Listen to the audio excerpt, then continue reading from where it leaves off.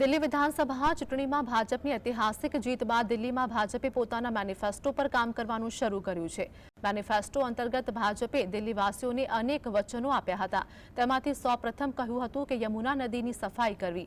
હવે ભાજપ સત્તામાં આવતા આ વચન પર કામ કરવાનું શરૂ થઈ ગયું છે, જેને ધ્યાનમાં રાખીને એલજીવીકે સક્સેનાએ વહીવટીતંત્રને નિર્દેશ આપ્યા છે।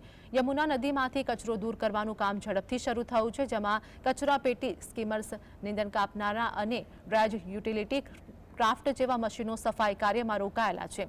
તો વાસ્તવમાં દિલ્હીના લેફ્ટનન્ટ ગવર્નર વીકે સક્સેનાએ મુખ્ય સચિવ અને એસસીએસ સાથે બેઠક યોજી આ દિશામાં તાત્કાલિક કામ શરૂ કરવાનો નિર્દેશ આપ્યો હતો।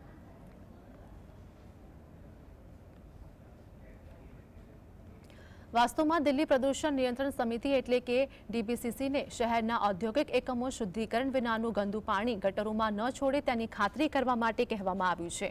યમુના પુનરુત્થાન કાર્ય જાન્યુઆરી 2023માં મિશન મોડમાં શરૂ કરવામાં આવ્યું છે, જ્યારે નેશનલ ગ્રીન ટ્રિબ્યુનલે લેફ્ટનન્ટ ગવર્નર સક્સેનાના નેતૃત્વમાં એક ઉચ્ચસ્તરીય સમિતિની રચના કરી હતી। યમુનાની સફાઈ માટે દિલ્હીના એલજીવીકે સક્સેનાને દ્વારા જે રણનીતિ અપનાવવામાં આવી છે તેને અંતર્ગત યમુના નદીમાંથી કચરો, કાટમાળ અને કાપ દૂર કરવામાં આવશે। આ સાથે જ નજફગઢ ડ્રેઇન, સપ્લિમેન્ટરી ડ્રેઇન અને અન્ય મુખ્ય ડ્રેનોની પણ સફાઈનું કામ પૂર્ણ કરવાનું આવશે।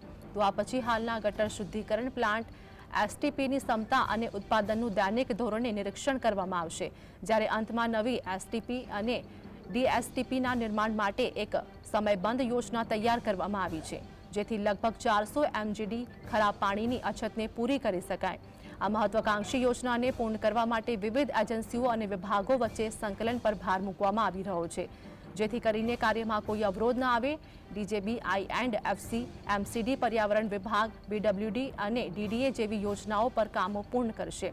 આ કાર્યનું સાપ્તાહિક ધોરણે ઉચ્ચ સ્તરે નિરીક્ષણ કરવામાં આવશે।